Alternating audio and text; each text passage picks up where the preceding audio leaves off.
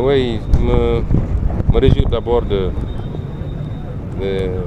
pouvoir être présent aujourd'hui ici,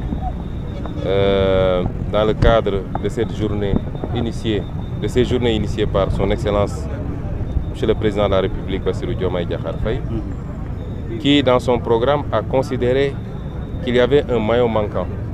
Le maillon manquant, c'est le lien qui doit y avoir de manière permanente, pérenne, entre le leadership que constituent les élites de l'État et la population, qui doit être la vraie porteuse des programmes et des politiques publiques.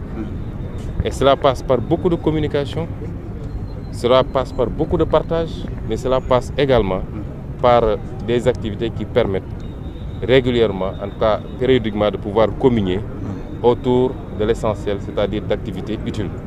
Et c'est pourquoi il avait lancé ces journées d'investissement humain. Les 3 premières journées ont été organisées autour de la problématique de l'assainissement, des curages et de la gestion des inondations. Cette journée coïncide avec la journée nationale de l'arbre, qui est une tradition républicaine au Sénégal.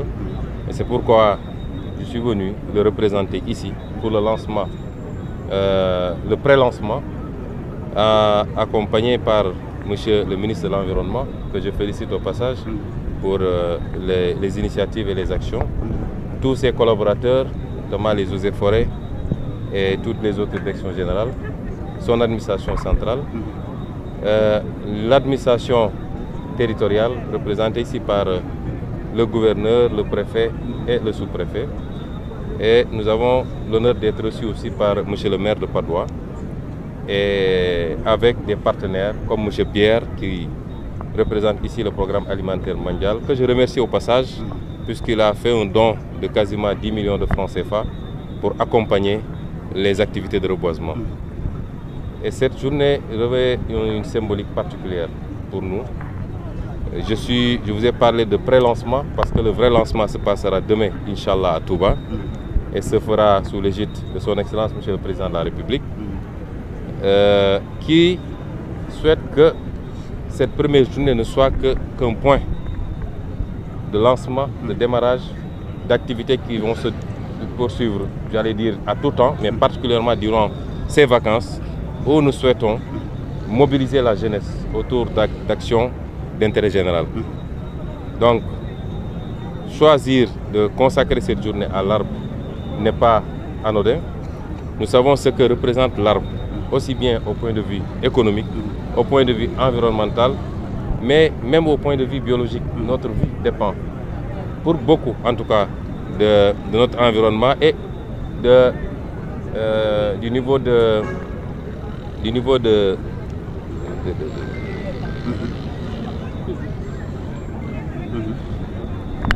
notre environnement et du niveau d'occupation végétale dans cet environnement-là. Et c'est pourquoi nous avons considéré que aujourd'hui l'Afrique et le Sénégal doivent combler un gap. Je disais tantôt à Wolof que si vous vous amusez à cliquer sur Google Maps pour avoir un plan global de la carte mondiale, vous verrez que l'Afrique est le continent le moins vert. C'est le continent le plus jaune, la couleur jaune représentant les espaces désertiques. Désert du Sahara, désert du Kalahari, etc., etc. Vous allez voir que le continent européen est très vert. Le continent asiatique est très vert. Ce n'est pas le fruit simplement de la nature. C'est parce que dans ces continents, les gens se préoccupent beaucoup de leur environnement et particulièrement de la préservation des espaces végétaux, avec des activités de reboisement, mais surtout avec des actions fortes pour la préservation de la nature et des arbres. Malheureusement, chez nous, nous n'avons pas les mêmes préoccupations. Ce qui fait qu'aujourd'hui, le désert continue à avancer. Nous savons qu'une bonne partie du Sénégal n'est pas désertique, encore pas à 100%, mais en tout cas est très peu boisée. Il nous faut aujourd'hui travailler à rattraper ça. D'où la pertinence d'ailleurs du programme de la Grande Muraille Verte, dont le directeur général est ici, qui est l'un des meilleurs programmes qu'on ait initié dans ce domaine et qu'il faut aujourd'hui revitaliser, revivifier, renforcer à tout point de vue pour que du Sénégal à la pointe de l'Afrique, à la corne de l'Afrique, nous puissions avoir une muraille verte qui puisse constituer une barrière par rapport à l'avancée du désert.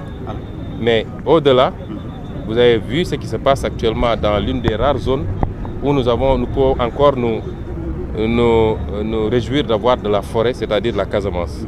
Vous avez vu les activités de déforestation massive, où on coupe du bois, quelquefois en passant par les frontières des pays voisins, et qu'on continue à laisser des espaces totalement vagues qui, demain, pourraient constituer le début d'un désert et qui avancerait progressivement. Et je félicite monsieur le ministre de l'Environnement et tous ses services pour les actions acharnées. Il revient d'ailleurs de tourner dans ce cadre-là pour mettre un terme, quand nous allons redoubler ces efforts à déployer avec les forces armées, avec les eaux et forêts et tous les services pour mettre un terme définitivement à cela. Et sur un autre plan maintenant, encourager les Sénégalais. Reboiser n'est pas difficile, ce n'est pas un programme extraordinaire. Chacun peut s'adonner à cette activité à sa manière et selon son périmètre. On peut planter un arbre chez soi si on a un espace pour le faire. On peut planter un arbre devant sa porte. On peut planter des arbres dans l'espace public du quartier en collaboration avec tout le quartier, aménager des espaces.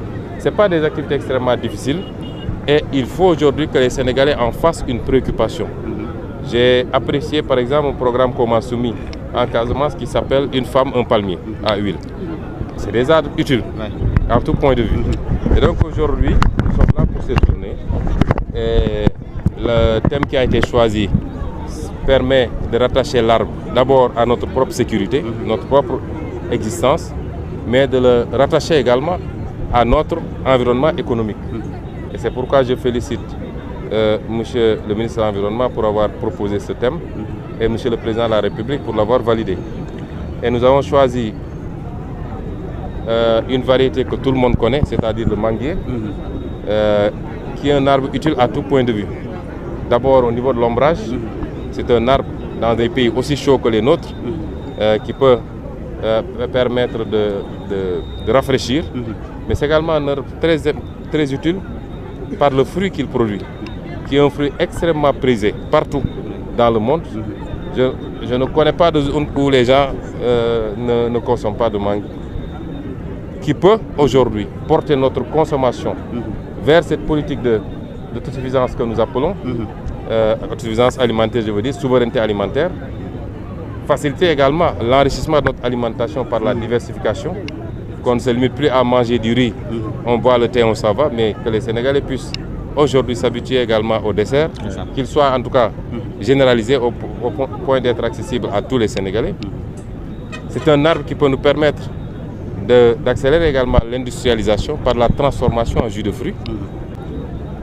Sont tout à fait à l'écoute pour accompagner toutes les initiatives dans les quartiers, dans les communes, dans les départements, dans les initiatives même individuelles dans les maisons, pour aider les gens à accéder au plan, aux pépinières, pour les aider à comprendre les techniques, de sorte que Dakar, qui jadis était appelé Cap-Vert, puisqu'il est très vert, redevienne ce Cap-Vert que nous souhaitons tous, un espace très convivial, avec des superficies consacrées à cela, mais également des arbres partout, sur les grandes artères, devant les maisons. C'est ce que nous souhaitons et c'est pourquoi cette journée est très importante. Et je lance un appel à une mobilisation pour la journée demain à Touba, mais à travers tout le Sénégal également, que les Sénégalais puissent se mobiliser pour une grande issue de la journée. Aujourd'hui, monsieur le Premier ministre, nous connaissons vos relations avec cette jeunesse sénégalaise. Alors, à travers cette initiative, quel est l'appel que vous comptez lancer généralement donc, à cette belle jeunesse? Oui, peut-être réitérer cet appel parce que nous l'avons toujours appelé, nous l'avons toujours lancé, avec un niveau d'écoute et de réponse très satisfaisant. Nous en remercions encore toute cette jeunesse. La relation de confiance que nous avons nouée avec cette jeunesse n'est pas une relation fondée sur la duperie. À chaque fois qu'on s'adresse à cette jeunesse, nous nous adressons à nous-mêmes. Nous nous adressons à nos propres enfants, à nos propres petits frères, et nous nourrissons une affection sans borne à cette jeunesse. Et si on se bat, ce n'est pas pour nous, c'est pour cette jeunesse. Et nous avons promis à cette jeunesse de libérer le Sénégal, de mettre le Sénégal sur les rails, d'en faire un pays qui fonctionne à l'endroit, comme tous les pays dignes de ce nom. Nous sommes en train d'œuvrer, d'arrache-pied, à commencer par son Excellence le Président de la République, moi-même, tout le gouvernement, toutes les administrations, et tous les jours, nous sommes en train, du matin à tard le soir, à commencer à mettre les fondamentaux qui nous permettent d'honorer cette promesse. C'est une question d'honneur. Cette promesse, je peux leur garantir que nous allons l'honorer. Nous allons la satisfaire à 100% s'il plaît à Dieu. Je ne vois pas, en dehors du Seigneur, je ne vois pas qui pourrait nous entraver au point de nous empêcher d'honorer cette promesse. Elle sera largement honorée. Mais j'ai donné tout à l'heure un exemple, l'arbre que nous venons de planter. C'est un manguier, il est là. On l'a planté aujourd'hui. Aucun habitant de Padoue ne viendra essayer de cueillir un fruit aujourd'hui. Parce que ça ne marche pas comme ça. Mais nous sommes convaincus que d'ici quelques mois, s'il plaît à Dieu, cet arbre va produire des fruits. Parce que nous avons mis ce qu'il fallait. Nous avons creusé un trou adapté. Nous y avons mis de l'humus et tout ce qu'il fallait. Nous avons planté l'arbre là où il fallait. Nous avons remis du sable et nous avons mis les premiers gouttes d'eau aujourd'hui. Et tous les jours, ce geste va être perpétué. Et nous savons que si ça se fait comme ça, il n'y a rien qui puisse empêcher que d'ici quelques mois, les gens puissent commencer à récolter les fruits. Construire un État ou reconstruire un État obéit exactement à la même logique. Aujourd'hui, nous avons trouvé un État en ruine. Et les Sénégalais en sauront quelque chose dans les jours à venir. Je l'ai dit l'autre jour. Nous dirons aux Sénégalais ce qui se passe. Notre silence ne doit pas être interprété en autre chose qu'un travail méthodique et sérieux de dressage de l'état des lieux. Et quand on aura fini, pour ne pas dire qu'on a quasiment fini, nous dirons aux Sénégalais, de manière transparente, voilà ce qu'on vous a caché, voilà la situation du pays. Et toutes les conséquences qui vont avec vont être tirées. Mais il est important que cet exercice soit fait. Et au même moment où on faisait cet exercice, nous avons fait un travail, démarré un travail très profond de rattrapage sur un certain nombre de choses qui, s'ils n'avaient pas été corrigées, auraient pu nous conduire tout droit vers la catastrophe. Et tout ça sera expliqué aux Sénégalais le mois venu, c'est-à-dire très bientôt. Et au même moment, nous avons travaillé à jeter les bases des fondamentaux qui nous permettent, sur le plan de la bonne gouvernance, sur le plan de la réduction du train de vie de l'État, sur le plan des mesures à prendre pour commencer à soulager les Sénégalais par rapport au coût de la vie. Et ce ne sont que des mesures, les premières mesures, comme l'a dit M. le Président de la République. Ainsi de suite. Et sur le plan des projections, l'opérationnalisation du programme, qui fera l'objet d'une présentation globale dans les toutes prochaines semaines aux Sénégalais et à nos partenaires partout dans le monde. Je peux les rassurer qu'aujourd'hui, le Sénégal attise tous les intérêts, toutes les convoitises. Du matin au soir, nous accueillons des investisseurs crédibles, nationaux comme internationaux, des partenaires bilatéraux comme multilatéraux. Nous sommes en train juste de réinitialiser le logiciel qui n'était pas bon, de remettre les fondations pour pouvoir mettre des briques et avoir un bâtiment qui aille le plus loin possible en hauteur, mais qui soit le plus solide possible. Et ça, nous le ferons avec cette jeunesse. Mais en attendant, nous continuons à appeler cette jeunesse à faire bloc autour de ceux à qui ils ont fait confiance, de ne pas prêter attention à la diversion. Je crois que tous ceux qui ont tendance à parler ont déjà prouvé ce qu'ils étaient capables de faire ou ce qu'ils étaient incapables de faire. L'histoire est encore là, très fraîche. Et je pense que ce n'est pas la peine de perdre beaucoup de temps à essayer de répondre à ces gens-là. Parce qu'ils veulent simplement détourner cette jeunesse des objectifs que nous nous sommes mutuellement fixés.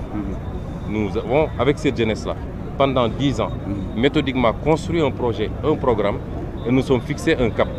Je veux dire à ces jeunes de rester focus, concentrés sur ce cap, de faire bloc derrière les leaders qu'ils ont mis au pouvoir, qui ne sont pas au pouvoir pour en jouir, nous ne voulons absolument rien venant du pouvoir. Nous ne nous enrichirons jamais et nous ne tolérerons aucun acte d'enrichissement personnel dans cette gouvernance. Nous sommes là pour servir. Pour servir ce peuple qui le mérite. Nous avons un très grand peuple, respecté par le monde entier. Le président de la République a tendance à m'expliquer, à chaque fois qu'il se déplace dans des sommets où il y a énormément d'autorités étatiques qui se retrouvent. Mais il fait l'attraction. Tout le monde veut parler au président du Sénégal, féliciter le peuple sénégalais de sa grandeur, de ce qu'il a pu réaliser. Et tout le monde s'intéresse aujourd'hui au Sénégal. Et ça, si on en est là, c'est pas le mérite des hommes politiques, c'est le mérite du peuple sénégalais. Et ce peuple mérite aujourd'hui que les hommes politiques que nous sommes se sacrifient enfin pour lui servir ce qu'il attend depuis longtemps, c'est-à-dire une gouvernance assainie, une gouvernance vertueuse, mais une gouvernance axée exclusivement sur les intérêts des Sénégalais. Que tout ce qui nous appartient, nous puissions en jouir le maximum. Et une fois qu'on parvient à en jouir, que ça fasse l'objet d'une redistribution équitable qui permette de faire éclore le potentiel et les talents, mais de soulager les populations par la réduction du chômage et par la création de l'emploi. Et nous nous évertuons quotidiennement à œuvrer dans ce sens-là. C'est moi qui vous remercie.